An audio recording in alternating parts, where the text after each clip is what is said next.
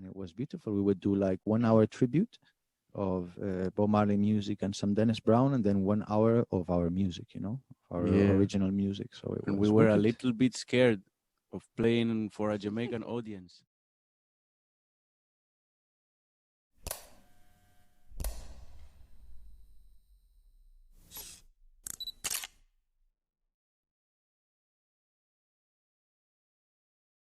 Welcome to this Reggae Music Show. Today guests are the Emetarians. Hi, welcome. Thank you for coming. Give thanks. It's an honor. Thank you so much for having us. Yes. No problem. So would each of you introduce yourself, please? My name is Brother Wildman, and I am one of the 3 lead singers from Emetarians vocal trio. I'm Sister Mary Jane. And I'm Magalayan. Pleasure. Yes. First of all, I will have to congratulate you two on your recent wedding. Give thanks. Thank you so much. Yeah. Thank you so Very much. upgraded. Yeah, well, of course. It's one good thing of 2020, Of course. So keep positive. Congratulations. Yes. And for who doesn't know, you are the brother, right? Yes. So it's a family union, right? It's Yeah. a family thing. yes. Family And thing. he is my brother-in-love. Wow, that's great. So, of course, you two are growing up together, so you probably were singing or from when you were little, and I don't know if you want to tell us how this started for you two, and then how you come along. Okay. Well, actually, surprisingly, when we were little, we didn't get along at all. I mean, I'm the little sister, so I was always following and like kind of pinching him. That's not so surprising. and then one day we just grow up together. We started listening to the same music, reggae music. I remember going into his room saying, "What's this?" and actually realizing that he was like trying to open as well to me and introduce me to new music and everything. It was a cassette we had of Bob Marley and the Wailers. And then we just expanded that through the people that we knew that knew about reggae. They started making mixtapes for us with different artists and everything. And then when we really loved an artist, he recorded the whole tape of that artist. And then here Magalayan decided just to gather together to try to make some music. We started doing some covers of vocal trios, Abyssinians, Gladiators, Meditations. So we started rehearsing here at this local, like right here where you 18 years ago. Where you're watching us right now. Yeah. And so for many years it was like you and your brother listening to the tape, and then you just say, exactly. Wow, And we started singing, a little bit together, like end of the 90s, beginning of the 2000s. Emetarians was formed in 2004. So a little before we started the band, we already started singing together.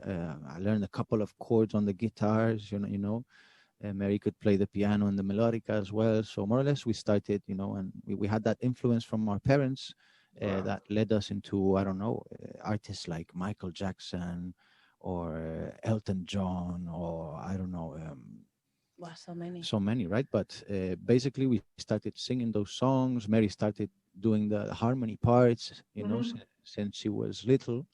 But you never been to a music school. It's just been organically just you two coming together. We've learned to play some instruments. Okay. Like we both started very, very little with violin lessons.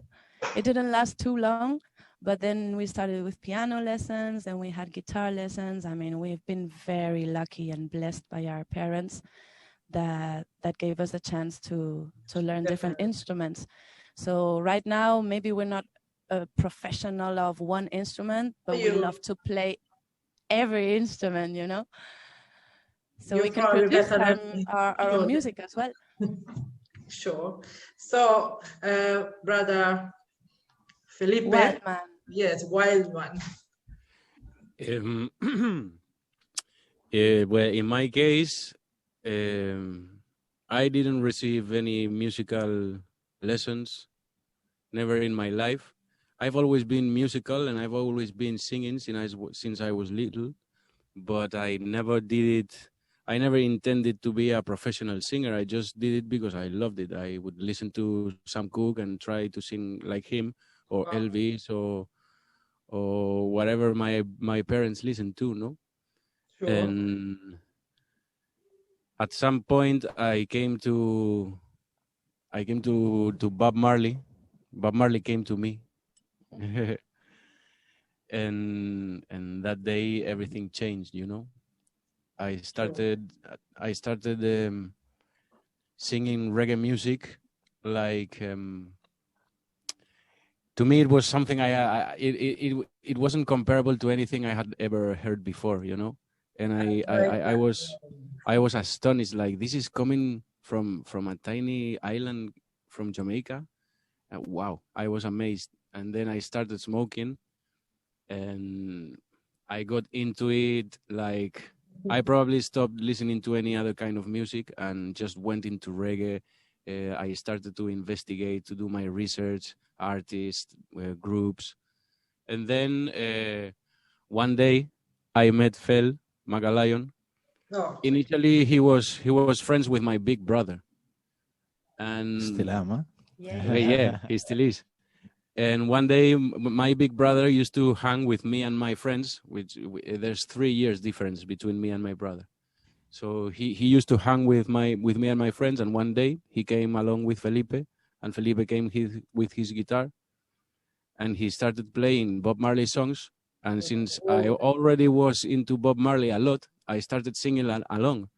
And I started singing the Harmonies. And he told me, The wow, I3. Man, you can sing Bob Marley. Let's do a reggae band. And I said, okay, I know nothing about music. And he said, well, but you can sing. And I said, well, we can try, okay. I will love it, actually. And that's where it all started, right? Yeah. In that little park. Yeah. But then at this point, I'm asking you, who teach you, or, you know, or how to harmonize together? Mary really tight. Especially Mary and Magalion. Mary taught us. Yeah, we didn't have a teacher, like a harmony teacher, or I don't know. We didn't go to music schools as music schools. You know, we didn't know how to write music or stuff like that. We could say that Mary instruments, right? Mary taught us through the Abyssinians, through the Gladiators, Totally. through the Mighty That's Diamonds, through Aretha Franklin, through I mean, every time all I the listen greats. to Bob Marley, it's like I think I know all his songs until suddenly we start singing one just a cappella, and I realize I don't know the lead voice of Bob Marley. I know all the backing vocals of the I3, you know. And what I love to do is just like play the same song and start with one voice, then look for the other voice, and then look for the third voice. So I sang the song 3 times with a different voice to learn how they do the harmonies. Yeah. And they've been our teachers.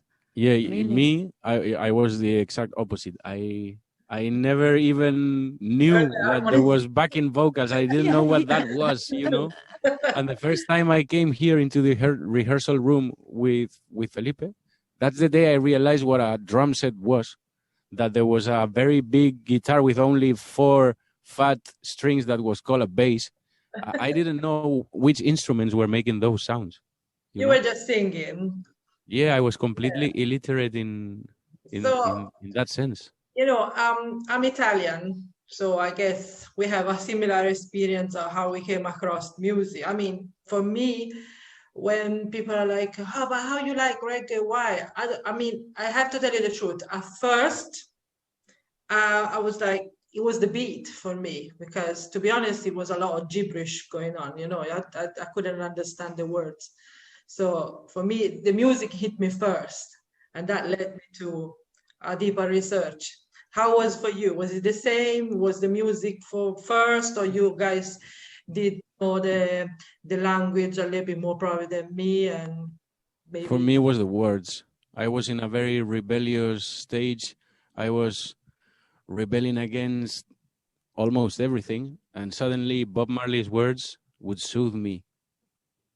So, but that For means me, you did understand the lyrics Perfectly. right Yeah, away, right away. Okay. Yeah, I since I was little, I studied in an English school, Okay. and I could understand. And actually, Bob Marley spoke to me in ways that nobody else would. So that would soothe me and relax me. for me, it's funny because I mean, I found that Bob Marley cassette Mary was talking about by accident, you know, basically. And I used to put every night music to go to sleep, you know. So I remember putting that cassette going, Bob Marley and the Wailers, what is this, you know?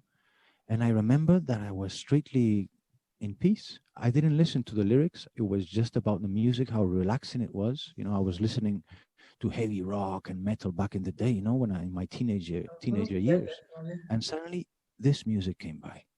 And at the beginning, it was something I would put every night to go to sleep, you know. And suddenly one day, I hit the play button during the day, and it was even better. And I was like, no way. And then the third phase for me was listening to the lyrics and going, no way, they're talking about this. You know, how I've been missing this music all my life. So it was like that kind of experience, you know. Wow.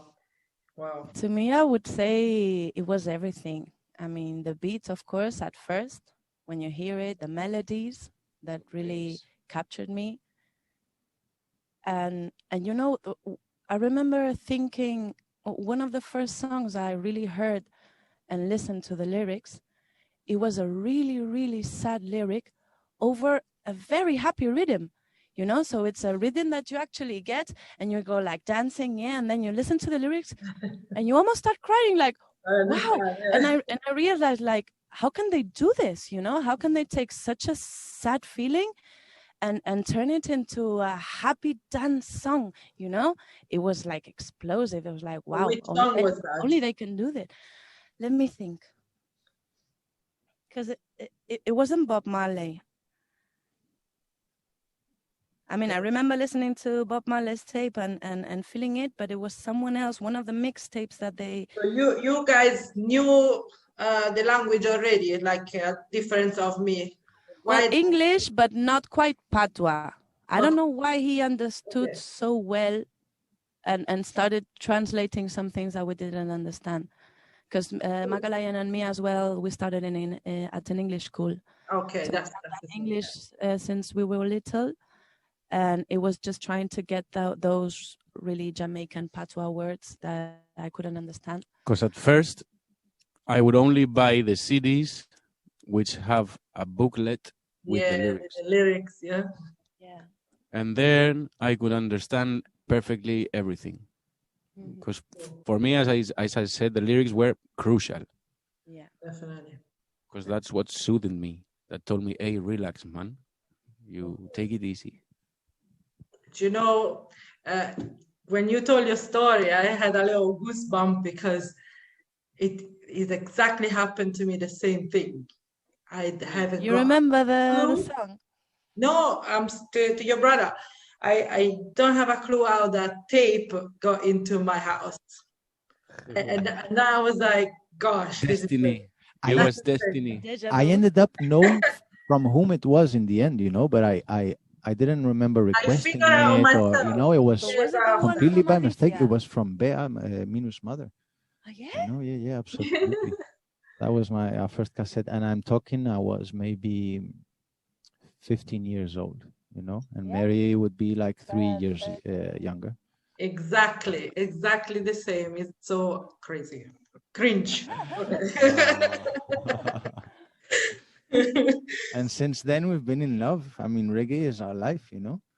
Because in Spain, it is sad to say this, but in Spain, there has never been a reggae radio station. You cannot listen to reggae music in the radio.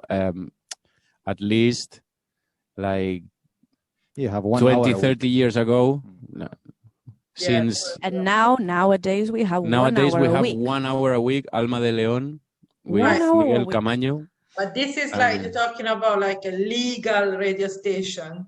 Like you when you're in your car and you can put whatever FM. A national radio station. In UK, there's lots. In Spain, there's only 1 hour a week. There's many online, that do it Yeah. online and But it's the little same for ones. But Italy. It's the same, yeah. Unfortunately, I think as well there is one big radio station in the north that does 1 hour program or so, but yeah, it's still underground. still many things to do.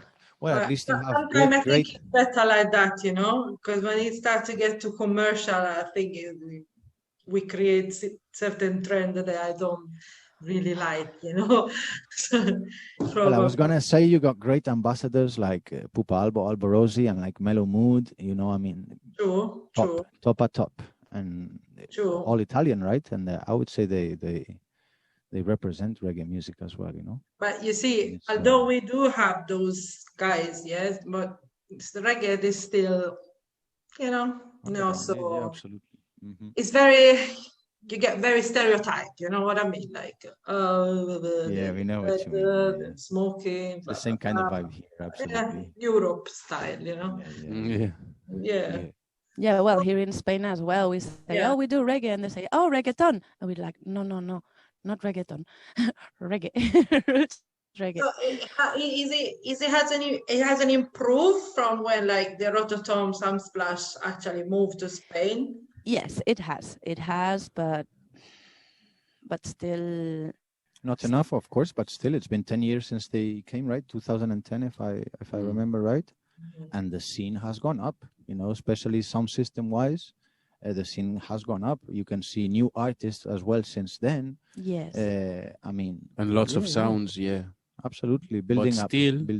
The great majority of the people, the people that walk down the street, you could ask, and maybe 9 out of 10 wouldn't be into reggae, or they would know nothing about reggae, or they never been to a reggae dance, or they're not interested. Or either in way, reggae. Anywhere you go, there is a playlist going on. Because they don't listen to reggae on the radio. Reggae is not on the TV. Exactly. So reggae is in no playlist. They're not interested. But still, little by little, very little by little, it's changing. I really thought that you guys in Spain were doing much better than us in Italy, trust me. I had this. Little by little. Well, Italy started with a Rototom. I mean, we went to Rototom at Osopo every year, you know? Since 2003, we were there. We were big fans of Marco del Ribelino, big fans. Yeah. Have you performed at Rototom? Sorry, say that again? No, I say I was there those times as well. We did. We won the Spanish contest back in the day, and we did a performance on the main stage. It was 2008. It was that in Osopo in Italy. Yeah. Exactly. Yeah. In Parco del Ribelino. 2008, and then 2010 they came to Spain. You know, so we spent from 2003 to 2008 going as 2007 going as public.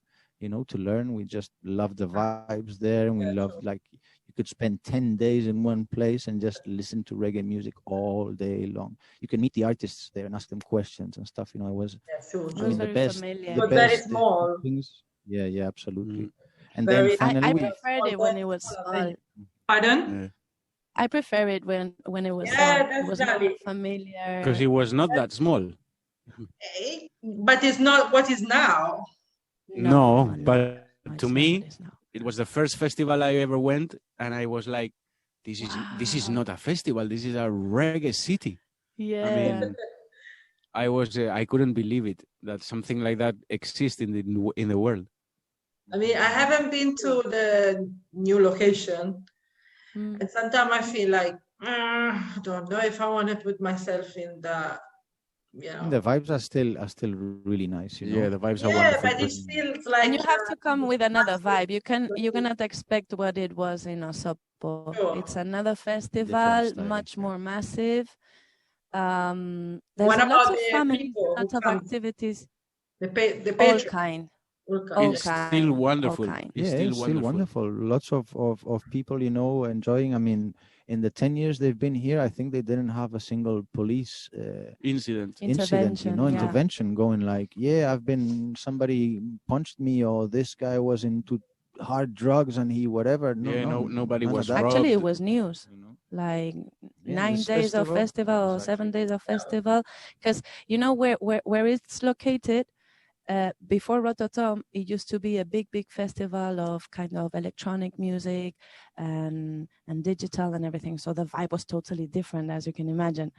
So actually, when the reggae scene came, Rototom, the police and the government was quite surprised, like, wow, I mean, 7 days and no we didn't have an intervention. Nothing happened, you know, only music. Yeah. So yeah, that's yeah. good and gives example of what Of this course. music should be. I mean, these people are not here to get high and drink alcohol. These people are here really for the music. Yeah, enjoy the vibe, yeah, man. And once they saw that, everything's been fine. And because they worked really hard on doing it on like a family festival, there's a lot of activities for children, for any kind of families of any age. So, you know, you're surrounded by family. It's not only young people there getting wasted, you know. And then that location is set in Benicassim, which is a very nice village with the beach and the nice restaurants, and it's nice. And the village has welcomed the festival wonderfully. So yeah, of course. This was one thing I always complain about Ozoppo. I was like, okay, the location, yeah, very nice. But with all the places that we have in Italy, why there? Every year was raining, getting messed up. Yeah. You remember our luggage just being washed away, you know? there was a historic flood. Yeah. Every He year. actually, he saved the guitar from our friend, flooding, yeah. the only guitar we had there for all of us, because he just left it before we left to the concert. He just opened the tent, left it on top of the bed. Yeah, mattress. Mattress, but the Cushion. Which was not a mattress. It was this inflatable things for the beach. So when it started raining and the water came up and up, we opened the tent and the mattress went out with the guitar on top. He was like, "You saved my guitar." Everything else was wet, you know, our clothes, everything, but the guitar was perfect. Yeah, you got nice stories from there. Brilliant. So, Right, so yeah, let's to close the conversation. Yeah, there's been Sorry, we can lots talk and talk. of it's all right, it's all right. the reggae has gone up for the last 10 years, of course, in Rototom this year, you know, and well, and we hope that it grows bigger and bigger every day, you know. And we give thanks because if Rototom hadn't come here, the growth wouldn't have been so. It would have been exponential. It would have been slower. Much slower. Of course. So talking about yourself again, who write mainly the lyrics? It's like a collaboration. You have one of you that write most of the lyrics, or how it goes? Yeah, funny question, because today it was like Wildman writing lyrics, you know, and me and Mary Jane like just brainstorming ideas and whatever and look at this and whatever.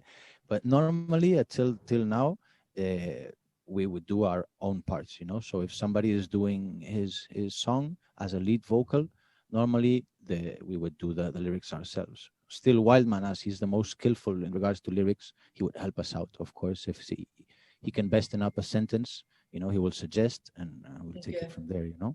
So Wildman is the one who tidy up the final. Yeah, he's like he's got the gift to find the right word, you know, and the right rhythm. I'm very happy. Yeah, it's true. Yeah, I think I've got a lot of imagination, so I can sort of easily find the way to get the proper words, like Mary said. But we usually each one writes his own part. But that's the beauty. I mean, with 3 different people, and each one of us shines in one thing that helps the other two. So it's amazing. Of course. I might be better with the harmonies. Mary's the harmony boss. Brother Wildman would be better with the lyrics, and without Magalayan, right now we wouldn't be talking to you because he's on top of all the media and everything that's behind, you know. Everything that we don't talk about, and there's a lot of things that you have to. Yeah. Of course, it's good. It's 3 of you. You can be on top of everything, you know. Of different So things, it's still apart from you three, you don't have any other like help or in organizing Yes, we social do. media or that stuff? I mean, most of the things it's us, but we still need help. We have the big Cosmedeia there in London, big up Cosmedeia, that he's always supporting us and challenging us and teaching us and everything. He's amazing. And Good. just because he just loves our music and he's a great brother, you know, he's just there because. So he builds music with us when we organize most of the social media, you know, so he helps us with that as well, with brainstorming ideas. I mean, yeah, he's the one, probably the one that is more on our team, you know. The rest we would do ourselves. Right now, the new music we're about to release, most of it is produced by ourselves, recorded by ourselves, you know.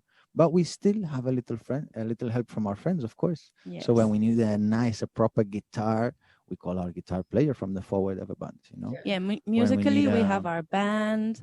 We have Dilly at Stingray that helps us as well producing and sending us rhythms. Big up.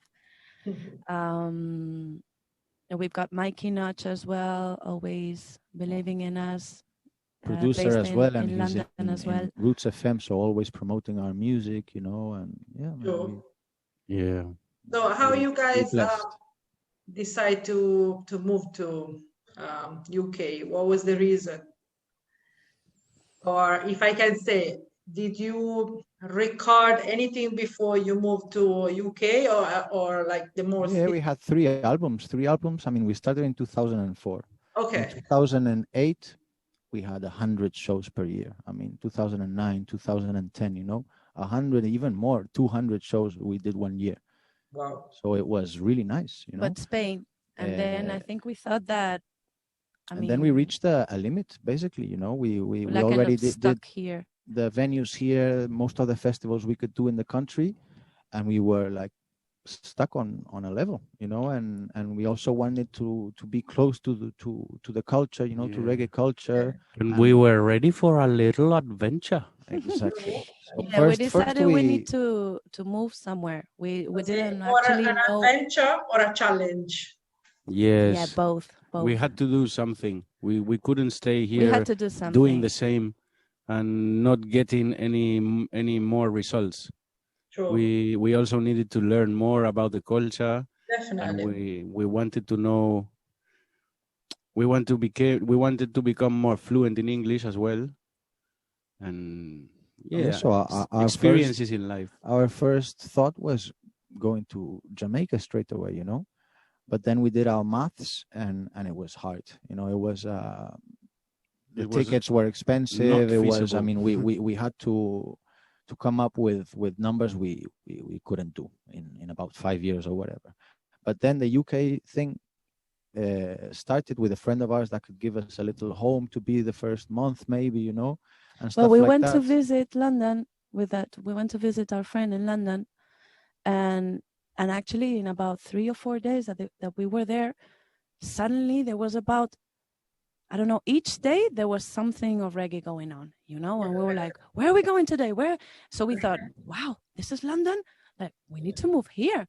Everyday reggae, you know, a concert, a sound system, I don't know, whatever. So it took us, 2 years. We had like that idea in 2010, the first time we went to see James. And then 2 years after, we were able to save some money and start from scratch in the UK. You know, and at first it was hard, but then we had the chance, with Cosme, as we were talking about. He encouraged us to go to Pecking Shop, and then we met Peckings. We ended up doing the Journey album. Then we met Dilly from Stingrays. We did the Magic Touch and Roots O'Clock. So everything started connecting, you know. We also worked with a lot of musicians from London. It was a beautiful experience. We had the incredible chance to go to the BBC and meet Robert Elms and David Rodigan. We had the chance to perform in the headquarters of the 12 tribes of Israel, you know, there in London with Cecil Rubin. I mean, Well, I must say you had the right links here to get through some loopholes.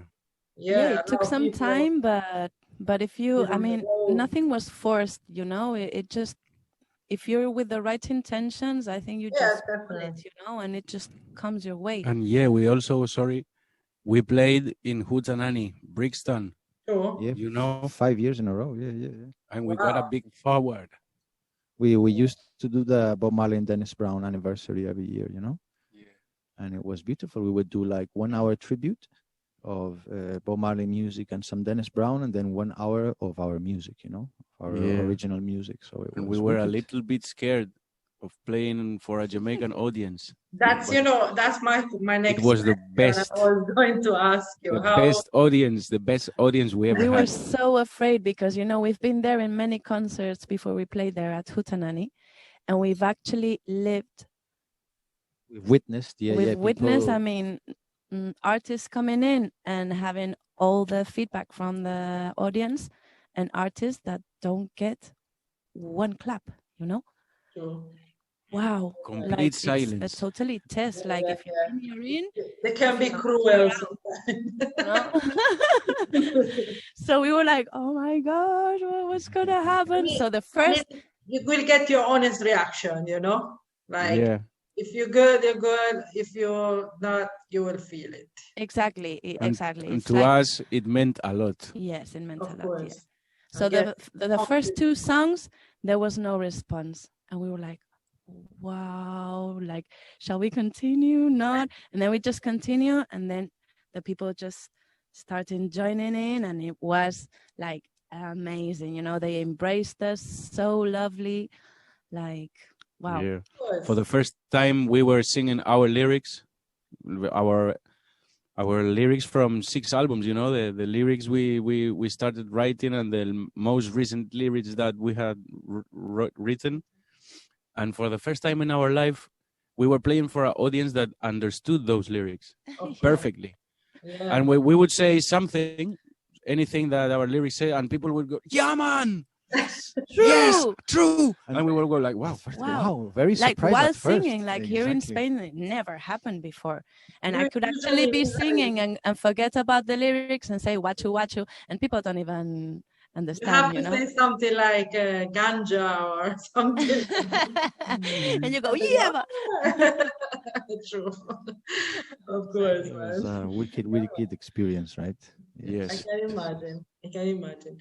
Is there any song that you love to perform when you are on stage, like the most? Many of them. Exactly. I wouldn't say there's one song. Well, any. You mean our song, or your song that, like, maybe you received all the time the same kind of reaction from the audience, and you're like, that's like the song that we. Well, there's one that we did with a Spanish producer, a friend of ours, Bass Colcha Players, that friends of ours that are very into the sound system scene have told me that tune got very big, and that all the vinyls is sold out. You can't get any more copies, and if you try to search for it in internet, it's like 60 euros. It's Humble Yourself. It's a tune that got big in the sound system scene, massive, and every time we play it, people go crazy. Okay, Humble Yourself. First of all, the ones that recognize it, they go mad, you know, and the ones that don't recognize it, because of course you cannot have it on Spotify, you know, it's not a song you can find on Spotify or on YouTube or on any digital platform, really. You know, it's just on vinyl, and it's an exclusive thing we did, you know. So it's it's a surprising song every time, you know, and it's very, very powerful. It's like a 3-part harmonies sung all the time, you know, and really up, and it's we love the vibe. If there was another one I would maybe choose, maybe I think we always have a great feedback from Sound the Alarm. Right. Smile Powers, I would say maybe Love Revolution and Music Lover, you know. I think those would be the songs from the last album.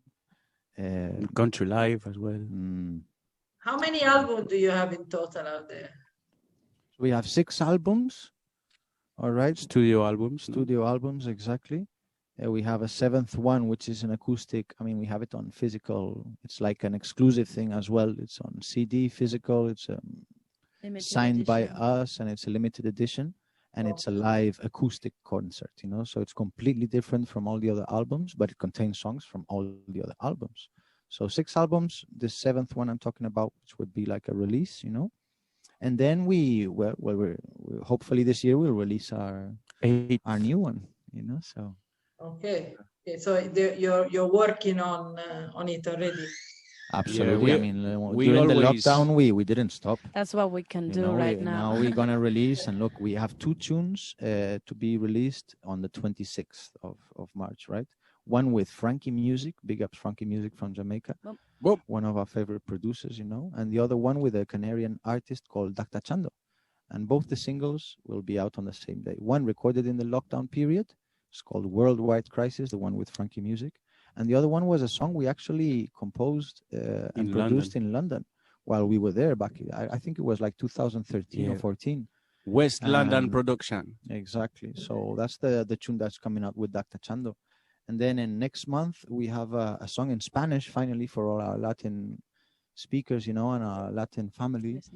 It's a song about women power, you know, and female power to encourage and to, you know, which is a really nice thing. And then we have this new album called Lockdown Project, which it's going to be 9-10 songs that we recorded during the lockdown, you know. So we also have several singles from previous recordings with Dilly that we still haven't released, that True. We'll see the light at some point as well. Absolutely. So right now, we got like 20 new songs or something like that to be released, right? So everybody's gonna have new songs from Emetarians for a while now. Yeah, hopefully every month.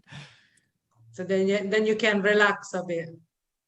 Yeah. I Oh, we mean, just love this. Yeah. Yeah, I know. But But making music is what relaxes us. and as we don't have the chance to perform it, it's focusing on have you done any live performance, like online thing? online we've yes, done online, lots. yes. Lots. And during the pandemic, Mm. we did one live show in November in the north of Spain with a reduced audience, And the sitting social down distance, on their yeah. chairs with the mask on, Mm. with distance. the security distance. Like it was like 150 people there, yeah. So I mean that's the one with the physical presence. But which still, really, it was really amazing nice. because Yeah, absolutely the vibes, man. we had been like 1 year with no performances, and even that one was wonderful. Of course, can't wait to go back to But the that's old time. that's been it. Yes. But We have try to been keep it busy, right? And some we're doing lives. some lives with with the the MPC band, or some, with the some band. lives ourselves. We do. I mean, Acoustic. we try to keep it busy, you know, and give people the real vibe, what's happening right now. And also, we try to push up the social media, you know. So we created some formats, these sing-alongs, these harmony things. We part out the harmony and show them to people. We do lots of tributes as well, right? Let the people know that we're still here, we're still going on. We keep on making music for them and for us and for everyone. Of course. We keep Keep it And it's alive. amazing to connect with people from all over the world. It's just amazing to it's really weird to be singing to a screen, but when you actually start reading that screen, hi from Canada, hi from Tokyo, hi from Beirut, all over the world, it's just amazing. amazing, So That it's a is good thing to get close to I mean, if this would have happened, the people like that. imagine 2008, 9, or 10, it would have been horrible. You know, most of the bands would have We wouldn't have that disappeared, chance you know, because to connect with the people. exactly. So now, more or less, that's one good thing about the technology, is that we can connect with everyone in real time, you know. And Do you think you're gonna keep doing these online gigs when the things gonna go back to normality, or? Oh wow! Probably, That's a good because question. when things go to normality, still is gonna be very difficult for us to travel to Costa Rica and play there. So That could be an idea as well. the fans we Yeah. have in Costa Rica, if they still wanna watch us, they can do it online. And plus, we have all the settings already to do it. Yeah. So we have all the Everybody equipment had and to get their own setting ready. Yeah. exactly. So Good. that's one thing, and we can still connect physically with people in the shows we're going and we're touring. But as he says, maybe we cannot travel to Australia in the next couple of years or whatever, but we could still connect with Australians and people in Australia and New Zealand and everywhere, So it's definitely, I think, something we'll keep on doing. True. So how was working at the Big Bad Stingray? Wow. Was a really good experience. We learned a lot. That's the first thing that I have to say. Big respect for Dilly, because he opened his arms, his heart, his studio to 3 complete strangers, because that's what we were, really. True. But I don't know, he might have seen something, and he made us feel really comfortable, which was something that I was, in the first place, I was thinking, I was wondering, how would it be? How would it feel like to be in such a legendary studio? Yes, go ahead. So in the end, at the beginning, we were a little bit nervous, but as I was saying, Dilly made us feel really comfortable. And once he started playing rhythms in those huge speakers he's got. He's such a humble man, so experienced, You just see, I think for the first time for us that we've been working with some other producers, we are very keen with our harmonies and our voices and the volumes and everything, So every time we try to work with someone, we're like, no, but here in this part, we are like a vocal trio. But here in this part, he's the lead voice and we are the backing vocal. So you always have to fix that. And with Dilly, you don't say a word. We didn't have to say nothing. You don't say a word. The magic just happens.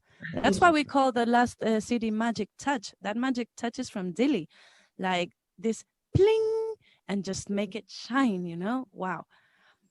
Sure. We learned a lot from him, just sitting there, the vibe, and seeing at his wall with all the pictures of all the legends in reggae, And of course, many of those legends are passing through all the time. I was going to ask you before if you're experienced. Yeah, you have the chance to meet them and talk to them. To me, it was like opening those booklets I told you in the past I always used to buy and see the pictures. Suddenly I was seeing many of those guys live in front of me. In the picture. And I was like... Yeah. It's like, hold on. Many dreams came true in that experience in London. And the same with the musicians and with, you can check, right, Gregory Isaacs, Dennis Brown, whatever, you would see Mafia and Flux, you would see Jazzwa, these, and then you get to meet them personally and to be in sessions with them, and then you get to work with them. So it's a blessing, such a blessing. Yeah. Right? Of course, such a big memories. Yeah, man. We miss it so much. You wouldn't imagine right now, So then I'm asking, why did you left UK? Our plan was 2 years, and we ended up being 4 years there. Very easy. That happened very easy. 4 and something. So I would say that would answer the question. Our idea was to learn and to travel, but never to establish a base, for forever there, So basically, when we thought we had good links in London and we could still keep those links from Madrid, we came back, and we established ourselves again in our hometown. We really missed our family, missed our band, playing with the band. The sun. And the weather, the sun. The sun. Yes. For us, the sun. Yeah. So where are you from in Spain? Madrid, you said? Madrid town, yeah. Okay. The 3 of us were born in Madrid, though Mary and myself, we have Portuguese parents. Okay, so you speak 3 languages. Mm. Boy, great. And my family comes from the Mediterranean. From Valencia. Okay. From the Mediterranean Sea. From the east of Spain, so I only been to Barcelona once, and unfortunately. Yeah, Yeah, Valencia is underneath. part of my other family as well comes from my family comes from Valencia, Barcelona. Though I was raised in Madrid and we live in Madrid, but my blood comes from there, and for me the beach, the Mediterranean Sea is a part of me. I feel you. Yeah. Yeah. So before we wrap up, would you like to give us a little sample of what you do? A little gift? Yeah, of course. A little GIF, I like that. A hero, we can do hero. Yeah. Hero was in F sharp, was it? Give me I'll La, give la, just a el tono, note. la- Yeah, Da exactly. igual. Each and every. One, Eso está muy two. agudo. One, two, three. Each and everybody has a hero inside. Each and everybody needs their light to shine. Each and everybody has a hero inside. Each and everyone feel it when the time is right. Yes. Oh, too much. Hero. Give thanks. Too much. I really love the last harmony you did for, I think it was for Bunny Wheeler. Dreamland, right? Yes. Oh, Yeah, man, that yeah. was crazy. I Thank even you. had to share it because it was really, really Oh, good. give thanks. Yeah, man, guys, you were so good on what you're doing. I'm very, very happy. And this conversation was really good for me because I know a lot of people who love reggae music in back home as well, and they call themselves so-called reggae artists, but they don't like to push themselves out of their box to actually experience and learn more, So you're a good example, because you have to know a bit more about that culture to, embrace it and feel it, and that's the Definitely. result was that when you came here, you said the Jamaican community embrace what you did, and, so you will see the result. So, yeah, I'm going to ask you a couple of questions that has nothing to do with music, if you don't mind. No Yeah, problem. just to know you a little bit better, and then we wrap it up. Let's see. So, what you wanted to be when you were a child, each of you? Woo. Well, for many years in my life, I wanted to be a football player. Boom. Yeah, I would say sports as well. Yeah. I love sports. I mean, most than anything, I would say. Yeah. Typical When I as it was- may sound, I was obsessed with football. I wouldn't do any other thing but play football all the time Yeah, until I grew up and I met music. there you go. And then that's it. Change. When I was really little, I've always wanted to be a Veterinary. veterinary. I Sure. loved animals, and all my toys and my puff toys, they were all animals, So I used to take care of them and wrap them with toilet paper, and and then when I grew up, I don't know, I guess that I saw some animals suffering and I just couldn't bear it. So I said, I'm not able to do this job. No, for real. No, luckily for me, that was soon. So I think the next step, I actually wanted to be a teacher. I remember. Then my puff animals started to be my students. So so yeah, my stuffed animals, they started to be my students. So yeah, probably a teacher. So I'm very lucky and very blessed because I'm actually a teacher, music teacher. So Okay, see, good. They became reality at the end.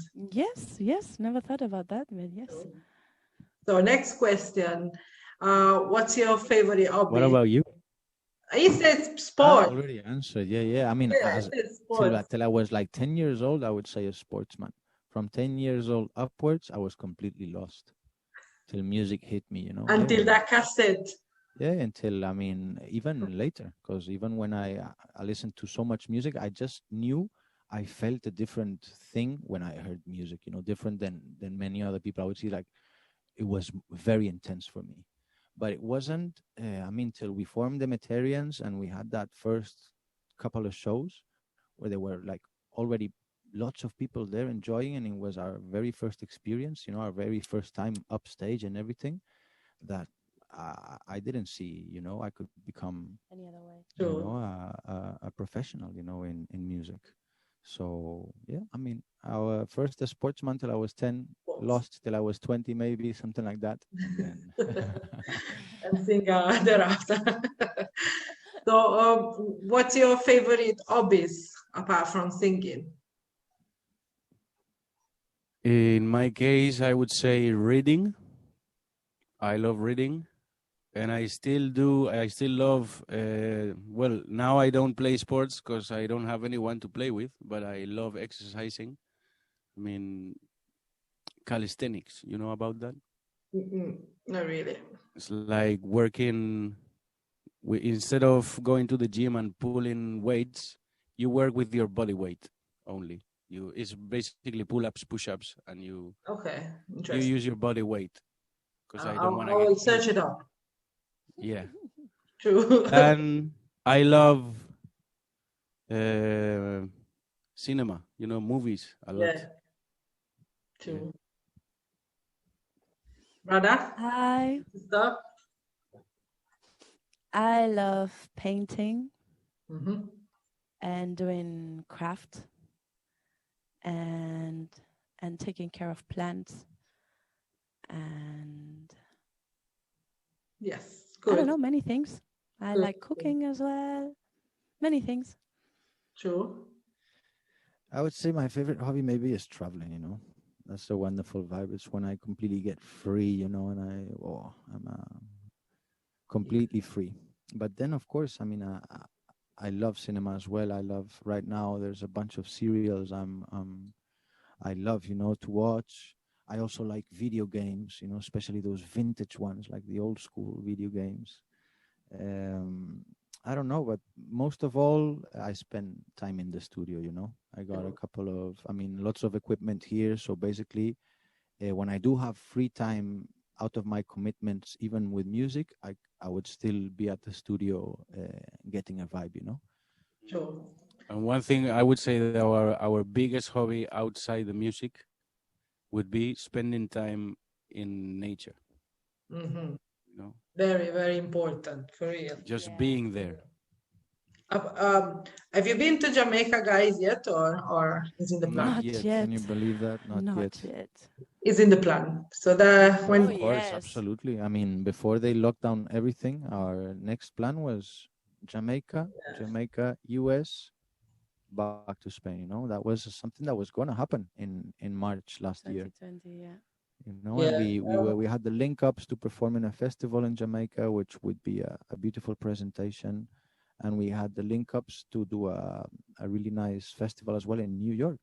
So it was, you know, that was absolutely. I mean, it's been our plan since the early 2000s. The moment will come, and it's been will come. Everything at the right time, you know. Exactly. Yes. Yeah. So, final question: what's your favorite food, guys? Our favorite food. Yeah. Well, maybe I mean, if they would look at me, we love eating. They know that I love pizza. I mean, pizza, the Italian proper pizza is something I love. You're a ninja turtle. Absolutely. I have like a separate stomach when I deal with pizza. You know? I'm a really thin guy and I don't eat much. But when it comes to pizza, I mean, I have like a double stomach or something, you know. Yeah, pizza is good. So yeah, I would say quickly, like that. But as I'm a pizza freak, I only like certain types of pizza, you know. Right now, the really proper ones with the nice organic ingredients, nice cheese, you know, and everything. If I would eat a bad pizza, it would ruin my stomach directly, you know. Okay. And I normally eat pizza when I know where I'm ordering. Yeah, definitely. I know what I want. If I go out, I don't eat that much pizza. No, not at all. True. Wow. It's really hard to choose one. I really love eating, you know. I really love Portuguese food because we were raised with Portuguese food. And there's always like 3 courses, you know, like first course, second course, and third course. So, Yeah. so I wouldn't be able to Italian. choose really. Like my favorite food is when the table is full of different things and I can try a little bit of each. You know, that's my favorite thing. Absolutely, we can. Like he's more like corroborate. one big plate. Give me one big plate so I can be satisfied. You know, you. I've been raised with 2 main courses and dessert.